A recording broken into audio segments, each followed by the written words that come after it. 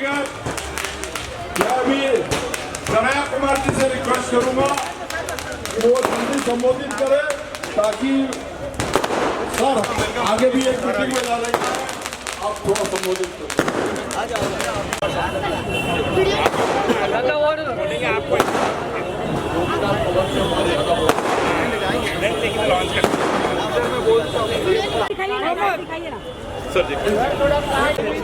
भोंदवी समाज की सेवा संघ अंबिका मित्र मंडल की तरफ से कन्हैया साहब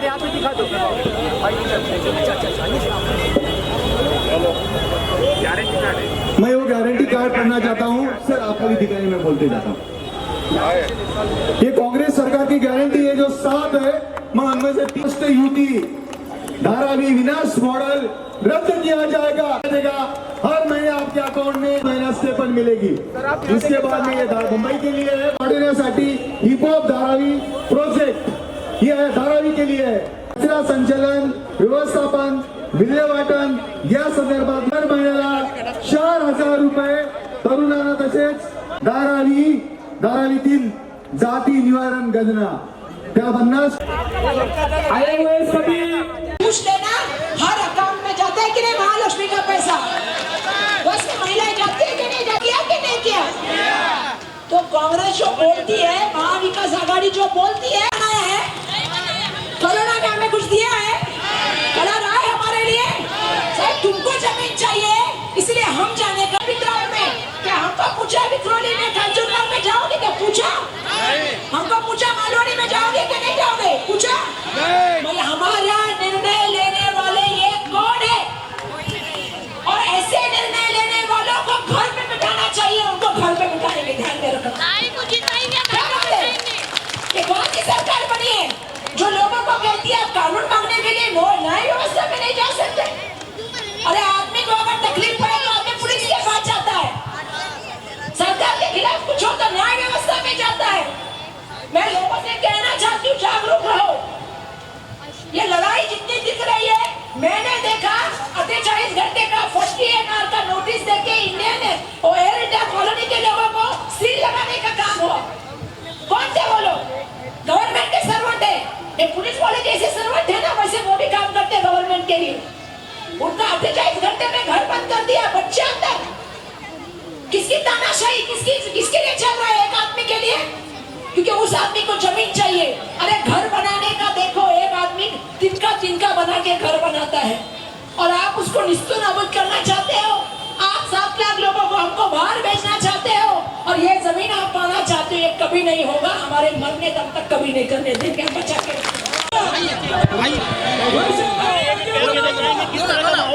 माहौल बहुत अच्छा है, इस बार बदलाव का माहौल है और महाराष्ट्र के लोग गद्दारों को 20 तारीख को जवाब देंगे, जिनका हम दिल से हार्दिक स्वागत के लोगों अच्छा है, चंगला है।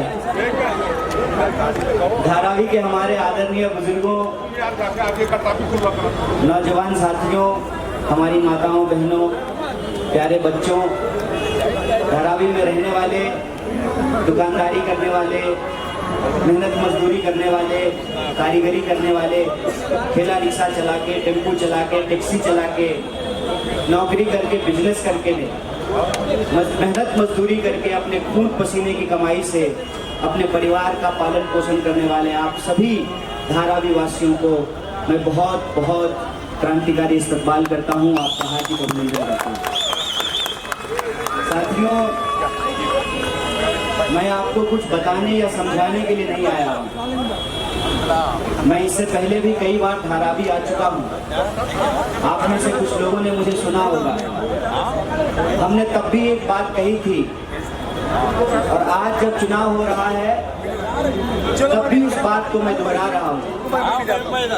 दरअसल महाराष्ट्र में जो पूरा खेला हुआ, शिवसेना तोड़ दी गई, राष्ट्रवादी तोड़ दिया गया, कांग्रेस पक्ष के बहुत सारे ऐसे लोग जिसको कांग्रेस पक्ष ने मुख्यमंत्री बनाया, मंत्री बनाया, आमदार बनाया, खासदार बनाया, जिनको बीजेपी चोर कहा करती थी, जिनको बीजेपी भ्रष्टाचारी बोलती थी, वो सारे लोग जो है आज भाजपा में शामिल हो गए हैं। सारे लोग जो है महायुक्ति बना लिया है। खेला क्या है? खेला ये है कि ये सिर्फ और सिर्फ सारे लोग इकट्ठा इसलिए हुए हैं कि ये धारावी में रहने वाले लोगों का, उनका जमीन, उनका घर, उनका रोजगार, उनका बिजनेस, उस पे इनके दोस्त की नजर है। और तब भी हमने कहा था कि कांग्रेस पार्टी ने इस देश को आजादी दिलाई है। देश पे जब भी कोई आंच होगा तो सबसे पहली पंक्ति में देश बचाने के लिए हम खड़े मिलेंगे। उसी तरह से हमको ये कहने की जरूरत नहीं है, यहाँ रहने वाले जो लोग हैं वो जानते हैं कि कांग्रेस पार्टी के लोग लोगों के सुख दुख में खड़े होते हैं। तब भी हमने कहा था, हम आज भी दोहरा रहे हैं कि आपके ऊपर अगर कोई संकट होगा तो राहुल गांधी ने कहा है कि कांग्रेस का एक एक कार्यकर्ता मिलकर के धारावी बचाएगा। यही बात मैं आपके सामने दोहराने के लिए आया हूं। मैं बस आपसे यही कहता हूं कि आज वो मौका है कि हमको उनसे बदला लेना है, जिन्होंने महाराष्ट्र के साथ गद्दारी की, जिन्होंने आपका बहुमत का चोरी किया, जिन्होंने सीएम का अल्टी पल्टी किया। मेरा एक सवाल है, ताई आई कह रही है कि वहाँ बहुत लोग हैं, यहाँ भी बहुत लोग हैं, थोड़ा इनसे बात करके वहाँ जाएंगे। मेरा एक सवाल है कि अगर फडणवीस जी को उप मुख्यमंत्री ही बनना था, डिप्टी सीएम ही बनना था, तो उद्धव साहब में क्या दिक्कत था?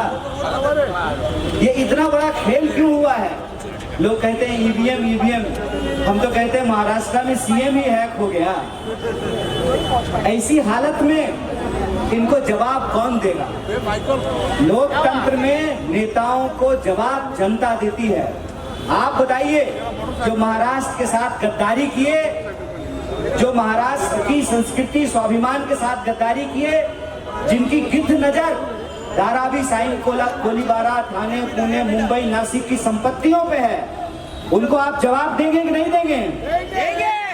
और जवाब जब देंगे तो याद रखिएगा, जैसे घर बनाने के लिए एक एक ईंट जरूरी होता है, वैसे ही सरकार बनाने के लिए एक एक आमदार की जरूरत होती है। और इस लड़ाई को हमको इस रूप में देखना है।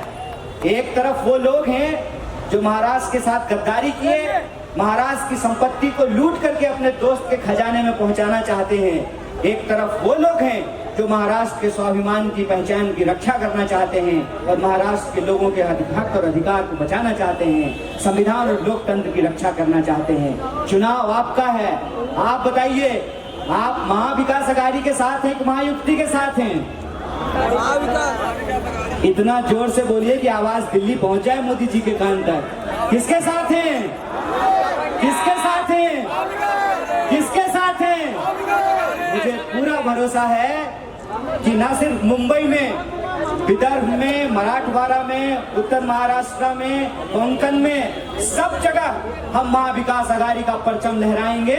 और जिन्होंने महाराष्ट्र के साथ गद्दारी की है, 20 तारीख को उनको मुंहतोड़ जवाब देंगे।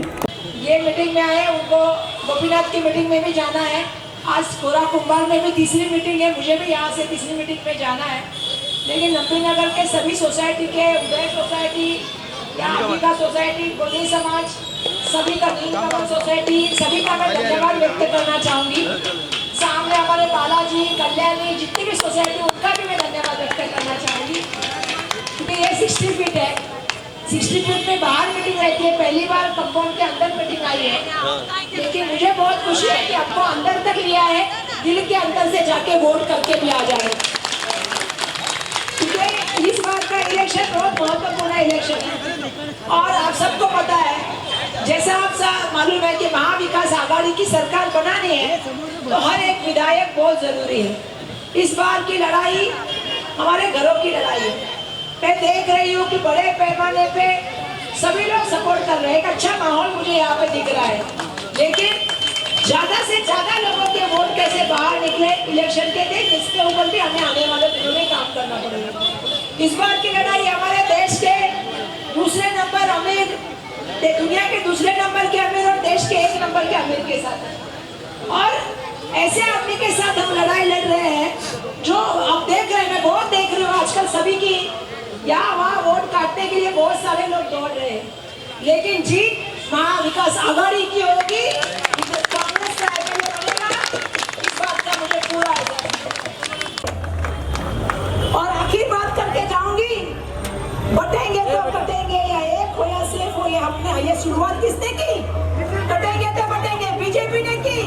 तुमने लाया कब्रिस्तान स्मशान, तुमने लाया हिंदू मुसलमान, तुमने लाया धनगढ़ वर्सेस ये ओबीसी वर्सेस, हमने नहीं लाया, ये तुमने लाया। मेरा एक ही नारा है सब लोगों के लिए, वो कहते हैं ना बटेंगे तो बटेंगे, हम कहते हैं जुड़ेंगे तो आगे बढ़ेंगे, हम जुड़ेंगे और आगे बढ़ेंगे।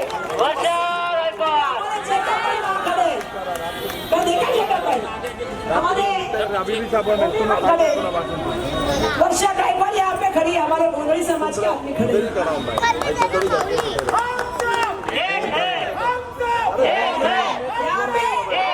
यहाँ पे हमारे गंगा डेरवे जी खड़े। क्यों मैं बोलना चाहती हूँ, हर प्रदेश का आदमी, हर